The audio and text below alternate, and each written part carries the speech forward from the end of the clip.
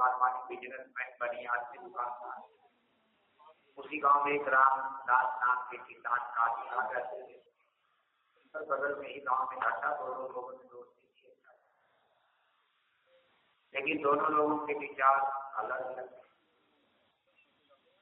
साहूकार यानी शुद्ध शाकाहारी भगत आदमी और रामदास जोड़ा खाने पीने के दारू शराब पान खाने के शौकीन।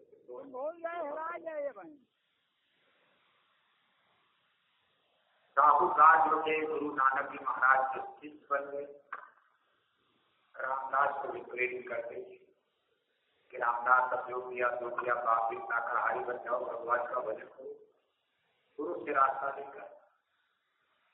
रामदास हाँ भी करते थे, लेकिन मन धोखा दे, इतना आसान तो है नहीं। एक बार गुरु नानक जी महाराज अपना काफिला लेकर उनके गांव के बगल में ही डेरा डाल दिया। सत्संग शुरू हो गया। साहूकार ने सुना कि भाई गुरु साहिब में ही आ गए। उन्होंने अपने मित्र रामदास से कहा, मित्र अपने आंगन में गंगा बह रही, देखो घर में गुरु महाराज जी ही आ गए, चलो। काम को खूब प्रेम किया, सुनाया, जैसे आप अपने घर वालों को, रिश्तेदारों को 6 महीना से समझा रहे हो कि चलना है। और जब बस आकर के खड़ी हो गई तो कहना, भाई नहीं जाऊंगा। आवत एक तरह कठिनाई राम कृपा की न्याय में गई। रामदास को शाम को बैठा कर आधा घंटा देख लिया, भाई कल हम लोग दोनों लोग गुरु जी के सत्संग में चलेंगे। रामदास का बिल्कुल पक्का। सुबह दोनों लोग नहाए वहाए भोजन करके तैयार। दोनों साथी देखो सत्संग की तरफ निकल पड़े, गांव की तरफ जहाँ गुरु जी का सत्संग। समय से निकले, समय से पहुंच ही जाते। लेकिन रास्ते में एक बेटिया का घर पड़ता था। बड़ी सुंदर उसकी कोठी हवेली थी बेटिया, और उस बेटिया से रामदास का आना जाना। शराब का शराबी कबाबी आदमी थे तो बेटिया। जब रामदास उस बेटिया की कोठी पर पहुंची तो बेटिया ऊपर से देख रही है। रामदास ने जब बेटिया को देखा तो उसका मन चला बात। रामदास ने कहा, मित्र अब आप सत्संग में जाओ, मैं इधर जा। साहूकार ने कहा, मित्र नरक में जा रहे हो? अरे सत्संग में चलो, सत्संग में सुख शांति भरो है। रामदास ने कहा, जाओ तो सुख शांति लो, स्वर्ग हो। बेटिया सुंदर थी। रामदास उसका पहले जाना जाना संयोग से बेटिया सामने कोठी से देख रही थी। अब साहूकार बेचारे कितनों समझा रहे, लेकिन रामदास का मन धोखा दिया। वो सत्संग में गए और रामदास बेटिया के यहाँ चले गए। शाम को फिर दोनों मित्र मिले। साहूकार ने कहा, मित्र बड़ा सुंदर सत्संग हुआ, गुरु महाराज ने बड़ी दया कृपा लुटाई, आपको भी करना चाहिए। रामदास ने कहा, कल मैं भी कोशिश करूंगा, एक बार आपकी बात मान ली जाए। अगले दिन देखो फिर तैयार होकर चलो। फिर बेटिया सामने आ गई। रामदास का मन फिर धोखा दिया। कहा, मित्र मेरा मन लाचार, मुझे बेटिया का आकर्षण की तरह सत्संग अच्छा नहीं लगे। हमको यही जाने दो, चाहे हमको स्वर्ग जाना हो चाहे नरक जाना, लेकिन जाने दो। अब जबरदस्ती कोई सत्संग मिल जाएगा, बताओ ही क्रिया मारी। ऐसे करते करते कई दिन इसी तरह दोनों लोग निकलते थे, लेकिन रास्ता अलग हो जाता। रामदास सत्संग में जा ही नहीं पाए। बेटिया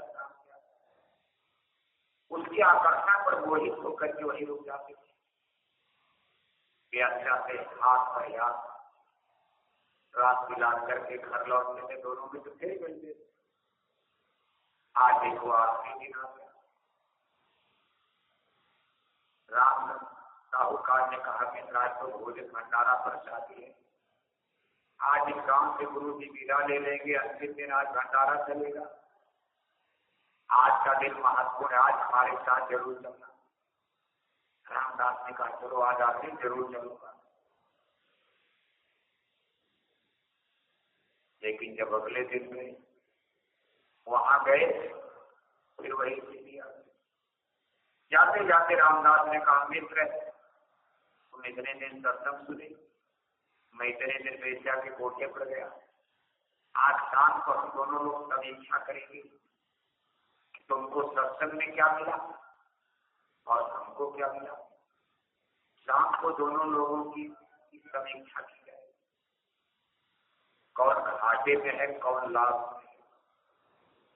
तो साहूकार ने कहा भाई सत्संग में क्या घाटा, घाटे में तो तुम ही हो। तो रामदास ने कहा ऐसी जवानी नहीं, शाम को लौट करके आओ तो बैठ करके बात की जाएगी, जाओ हम आज ही सत्संग में नहीं जाए, लेकिन जल्दी लौटना। साहूकार तो गए सत्संग में, रामदास वेश्या के कोठे पर।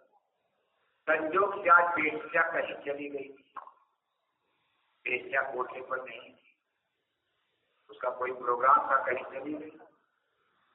रामदास बेचारे पछताने लगे, कहा वो सत्संग में भी नहीं गए, वेश्या भी नहीं। अच्छा चलो घर चलते हैं। घर आकर के लौट करके और दरवाजे के सामने बैठ करके अपने मित्र साहूकार का इंतजार करेंगे, आने तो भाई जरा चर्चा किया जाएगा। उस दिन कुछ पानी बरस गया था, जमीन गीली थी, क्या आप कहीं बैठते हो तो जमीन ऐसे खुरचने लगते हो, किसी की इंतजारी में ऐसे हाथ से मिट्टी हटाना।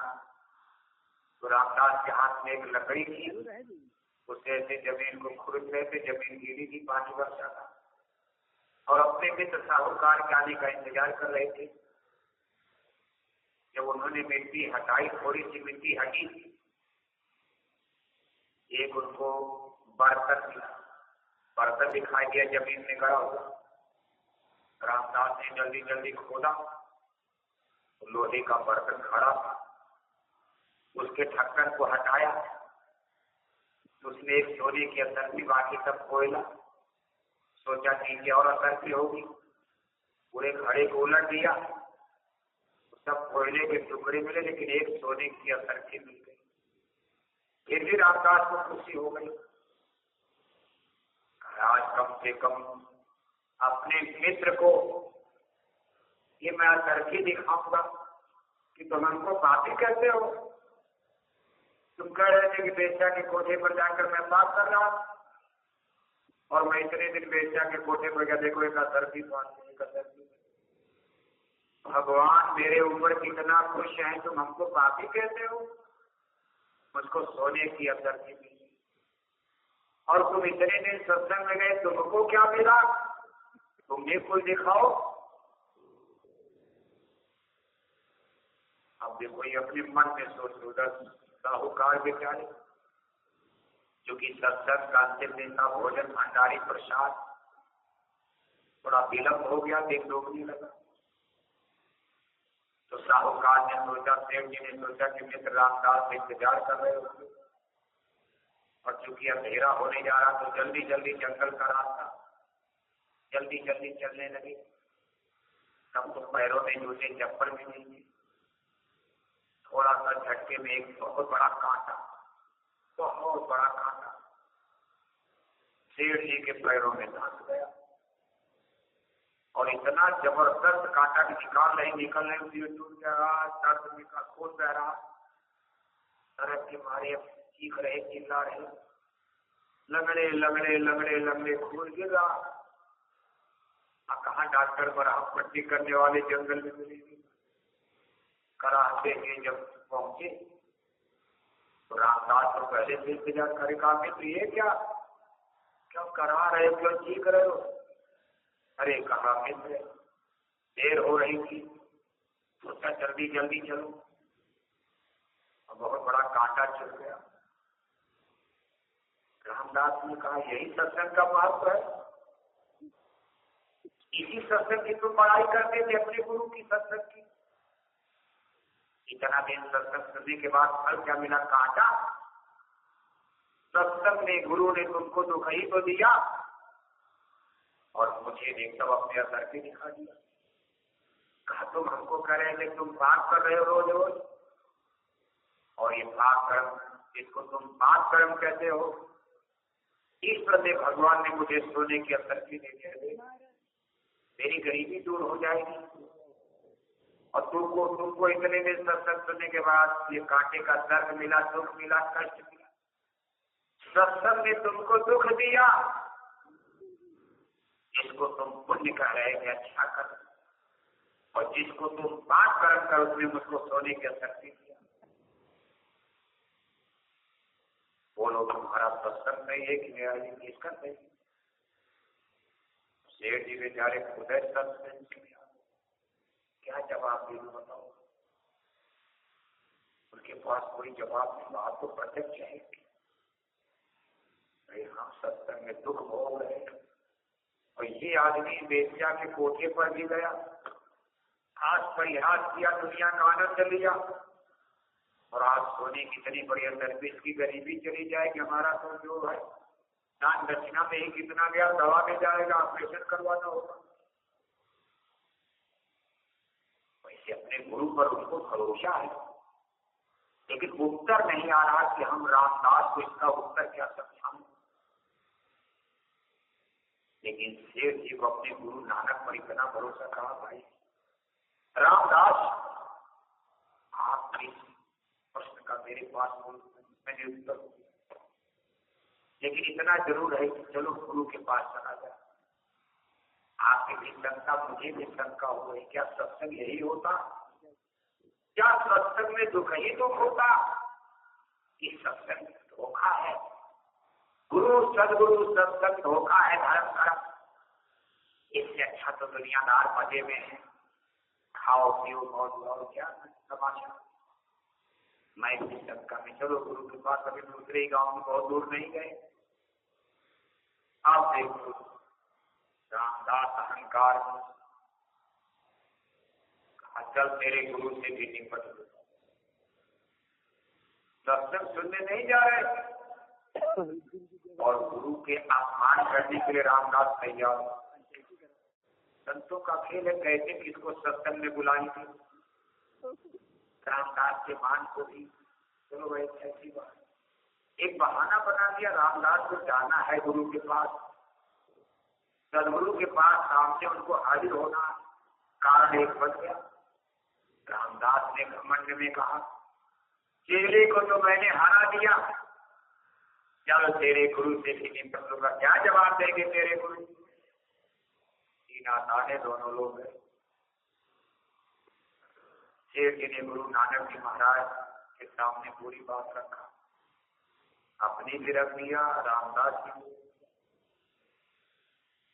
नानक जी महाराज कहने लगे थे कि पहले तुम्हारे कांटे वाली बताओ, कि पहले इनकी असरफी वाली बताओ। तो शेर जी ने कहा, गुरु जी पहले इनकी असरफी वाली बता दीजिए।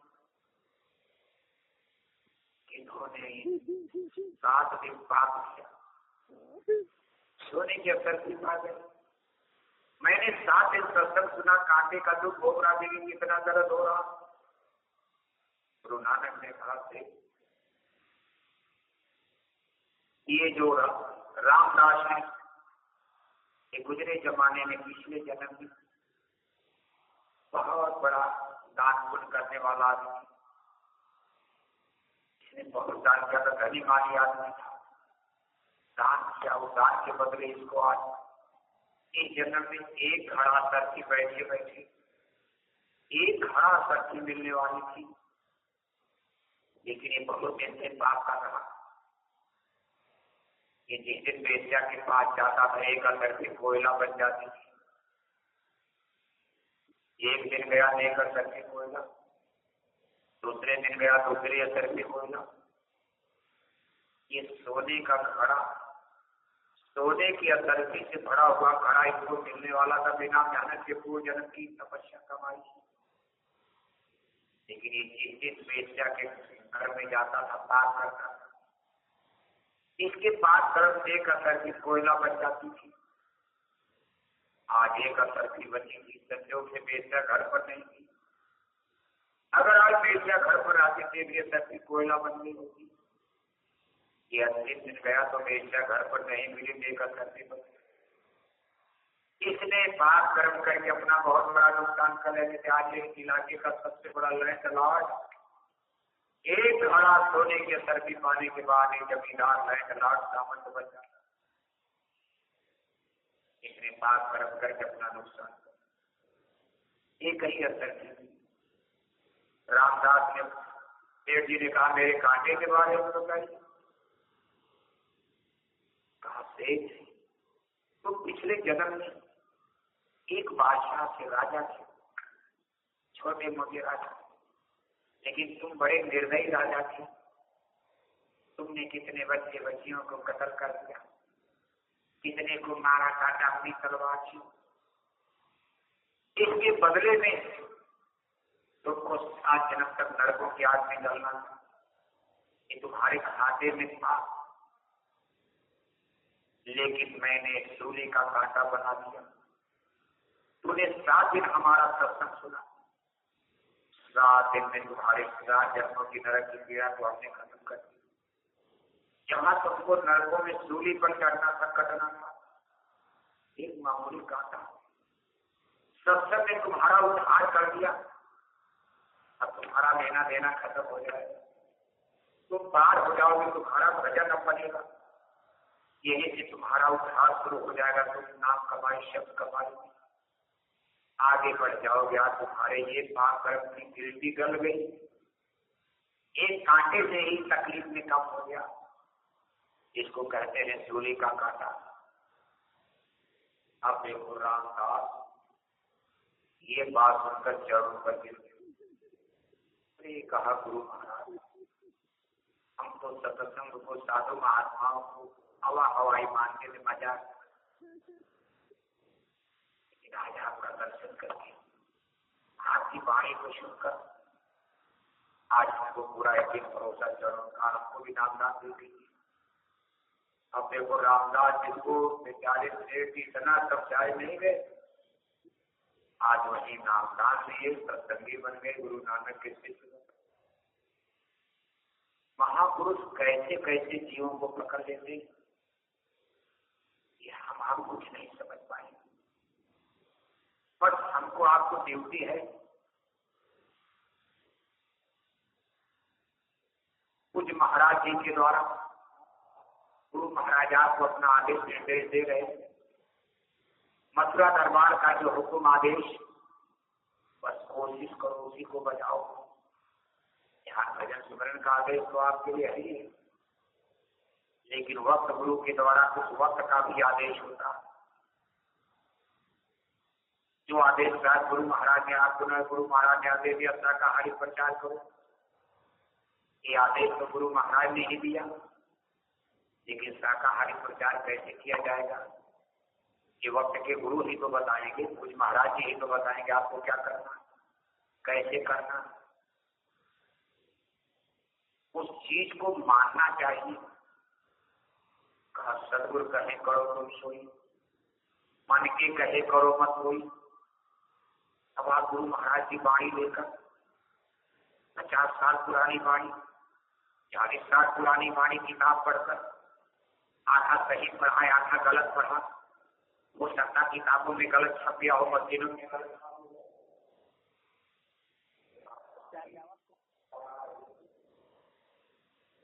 अगर वक्त के मार्ग से बचे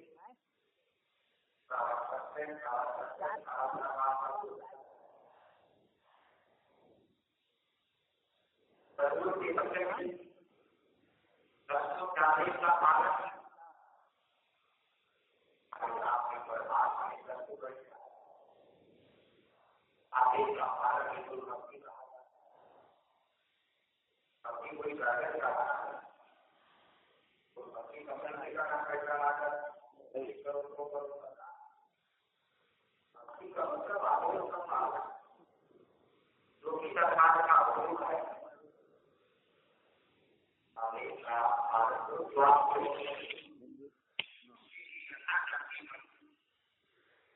आंखों की रोशना करके तो लोगों का बोलना है गुरु संतोषी उनका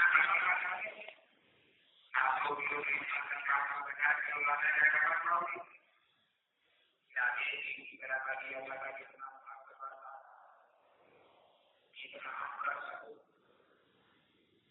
ये समझ बुझ करके आपके लिए आदत करना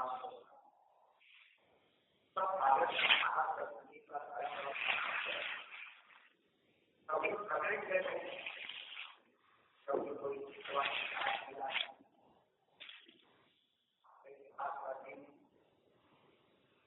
वही काम करते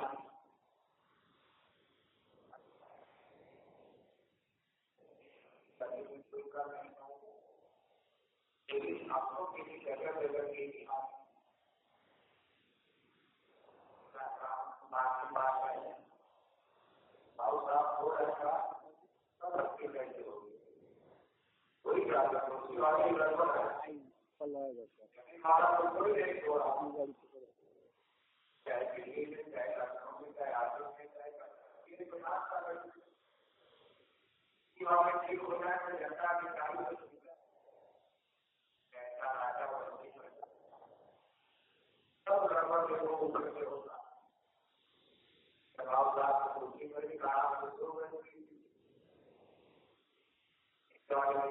क्या करेगा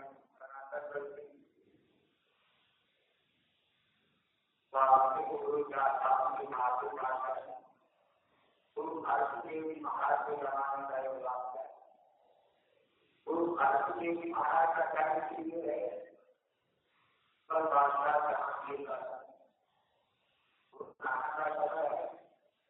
मुगल बादशाह बाबर भारतीय के लिए आज्ञा बाबर के बाद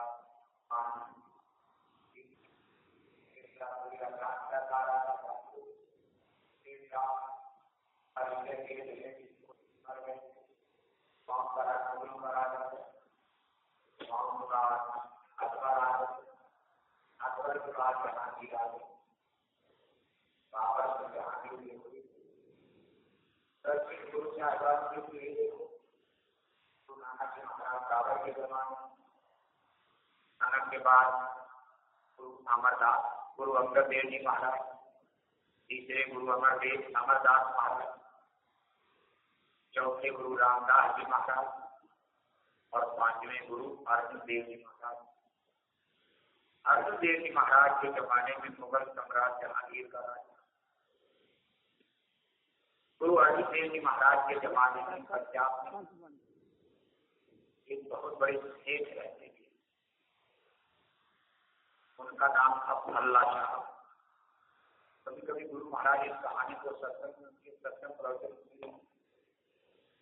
अल्लाह साहब बहुत अभिमानित शहर के सबसे बड़े थे उनके यहाँ एक नौकर रहते थे नौकरी करते थे वो गुरु अर्जुन देव जी महाराज के सत्संगी थे देव जी सत्संगी नहीं थे लेकिन उनके यहाँ नौकरी करने वाले नौकर सत्संगी थे एक बार उस शहर में गुरु जी का आगमन हो गया अर्जुन देव जी महाराज वहां उनका 2-3 दिन तक सत्संग होना था नौकर ने सोचा कि सेठ जी को इस सत्संग में लेकर सबकी इच्छा होगी आप ही यहाँ रहते अपने गांव में अपने ऑफिस में दफ्तर में आप समझा बुझा कर सोचे भाई चलो इनको भी सत्संग में ले जाए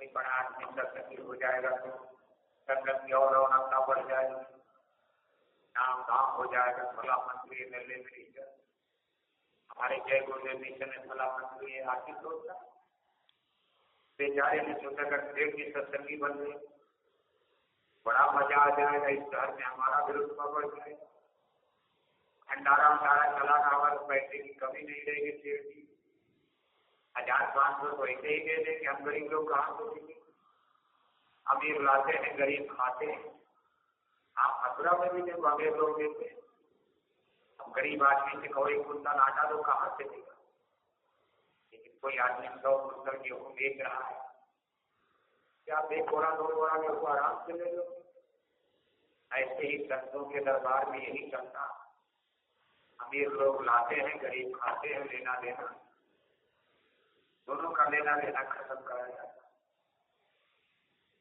बेचारा वह नौकर उनका सेठ जी को सुनाने लगा।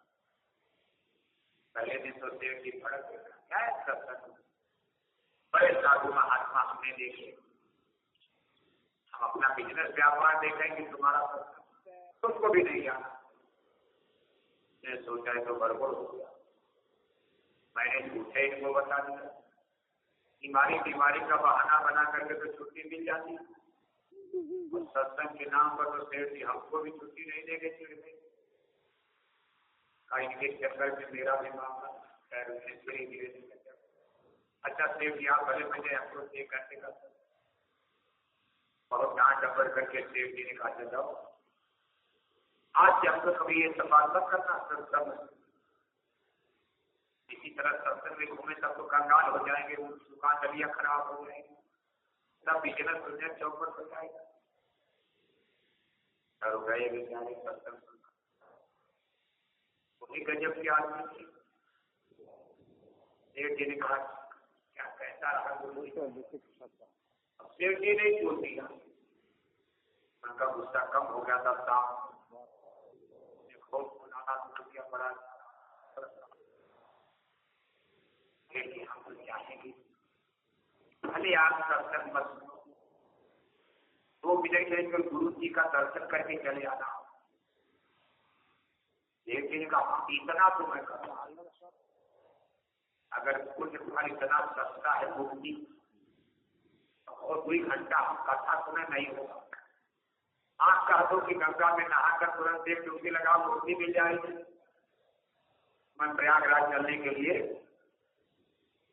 इलाहाबाद में देखो मुक्ति करी आसान बन गई। हिंदुस्तान के सब हिंदू झोंके का चलो कितने मर गए, कर गए,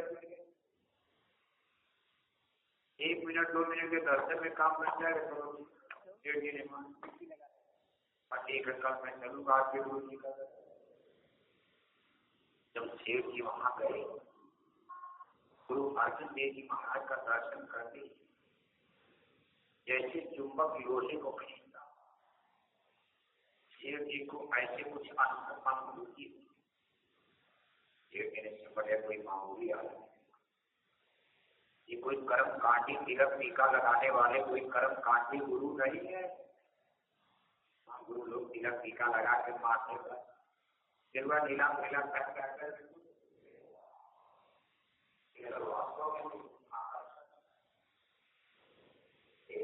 समझदार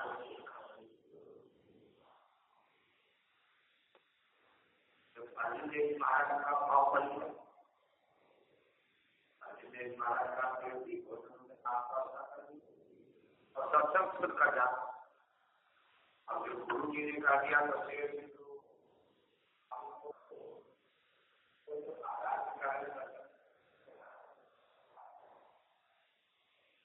उन्होंने सत्संग सुना। पहले दिन तो सत्संग कुछ समझ नहीं,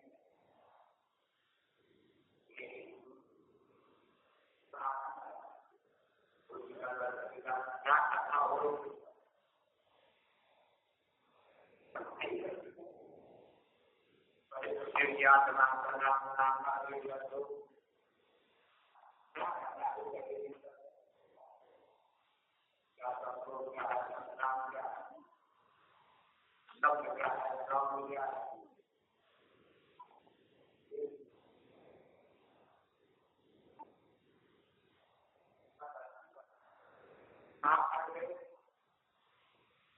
घर में आए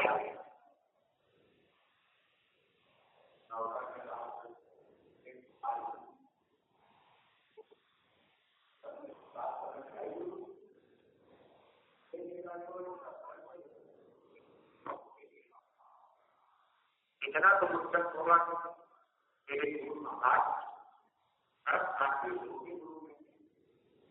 जब कुछ नहीं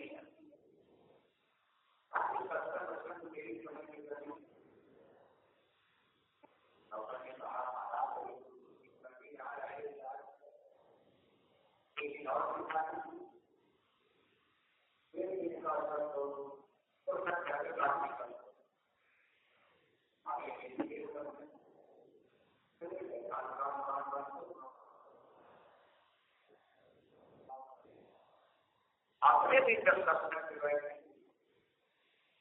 गुरु जी का सत्संग उन पर आता है आत्मा शुरू करके भगवान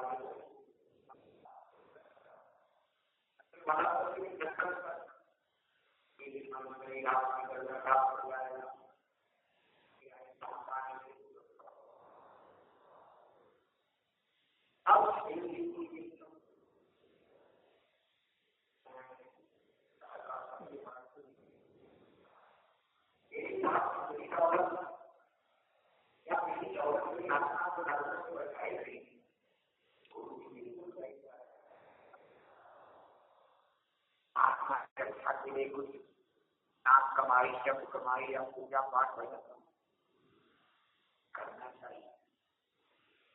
अंत में गुरु अर्जुन देव महाराज की तरफ से घोषणा भाई नामदास भगवान की भजन कराता गुरु मंत्र। यहाँ तो ज्यादातर गुरु मंत्र गुरु दीक्षा नामदास तो समाज में लोग जानते भी आज भी नहीं जानते। आप अपने गांव में रिश्तेदारों में नामदास की बात करके नामदास क्या होगा? वहां देखो हिंदू धर्मों में गुरु दीक्षा गुरु मंत्र ने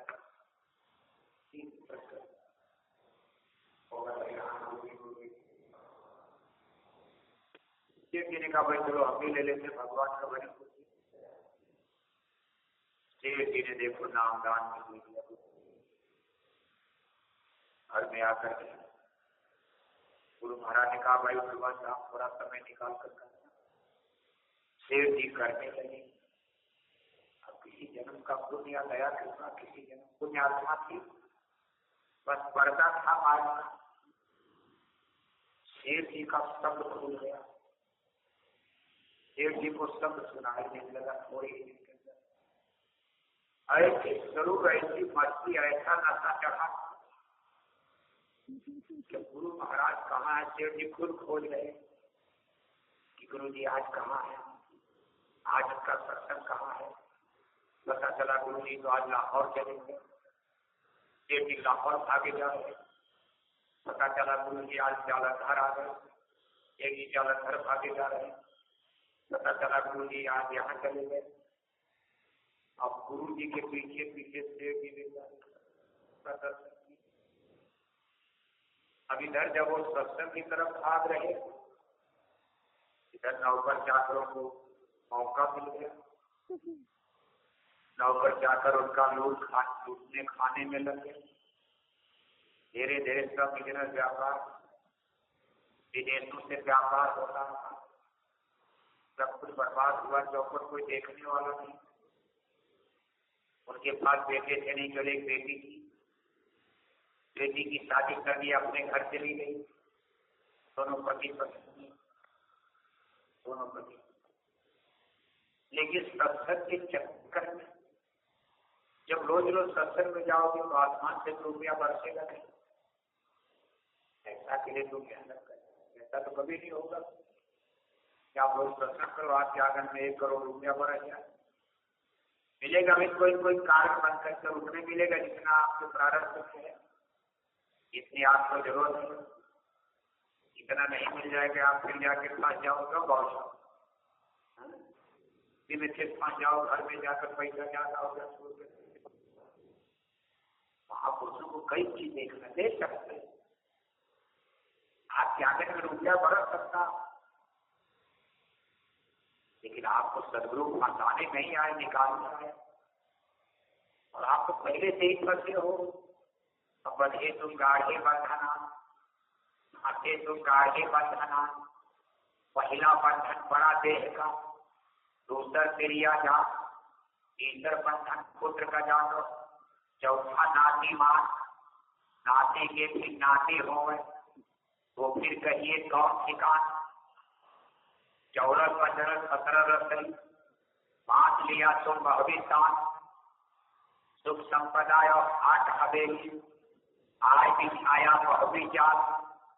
क्या क्या विपद पर खान तेरी तुम माया में रह गलता।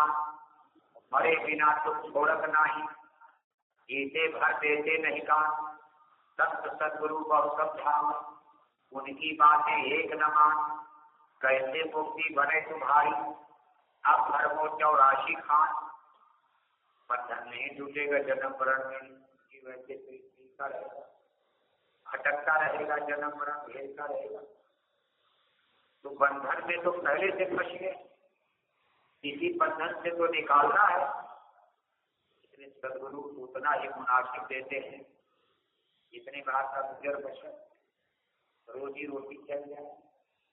ज्यादा तो नहीं, ज्यादा तो ज्यादा है, ऐसा नहीं तो नहीं दे सकते। भंडारी क्या नहीं दे सकता? ब्रह्मांड का जो क्रिएटर है, करता है, जो सारे जगत को ब्रह्मांड को बनाने वाला है, इसके इशारे पर ये ब्रह्मांड हो क्या है, वो आपको क्या नहीं दे सकते हैं। लेकिन देना उनका उद्देश्य जो माया देती है, माया को फंसाना। सदगुरु आपको निकालने के लिए यहाँ आते हैं। हम आए वही देश जहाँ तुम्हारा काम, तुमको घर पहुँचाऊंगा, एक हमारा काम, इस माया की बिजली को गलाओ जलाओ, माया के बंधनों को तोड़ो, हमारे साथ चलो। आप यहाँ फंस गए हो, हम आपको जगाने आए हैं।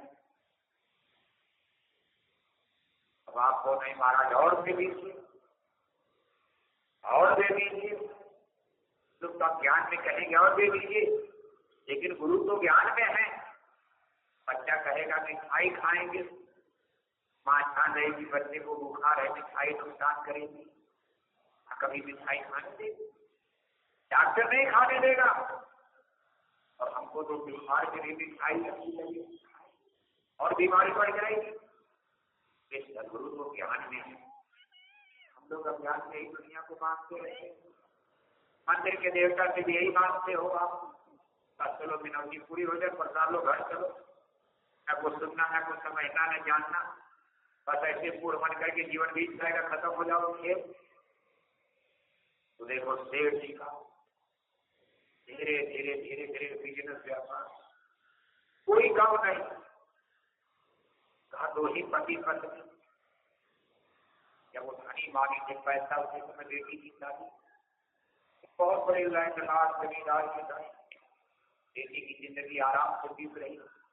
अब तो 2 पति पत्नी है, कहा कोई बात नहीं, बहुत अभी है, नहीं कमाई होगी आमदनी तभी हमारा गुजर बसर हो जाएगा। गुरु साहिब का जहाँ लंगर भंडारा चल रहा, शिव जी का वहाँ हजारों हजार रुपया दान, शिव जी के नाम से भंडारे चल रहे, कमाई कम हो रही, खर्चा संगत में खूब कर रहे। अब शिव जी को तो भजन में लगे, सत्संग के चक्कर, सत्संग और भक्ति के नशे उनको पता नहीं कि कमाई जब नहीं तो खर्चा करो तो कल कंगाल हो जाओ, घर में तो माला माल हो रहे। इतनी बड़ी आध्यात्मिक दौलत अगर मिल रही है, बाहर की कुछ चीजों की कोई महिमा कीमत नहीं है, एक ही अपना मस्ती में चले जा रहे हैं। धीरे धीरे सारा खजाना खत्म,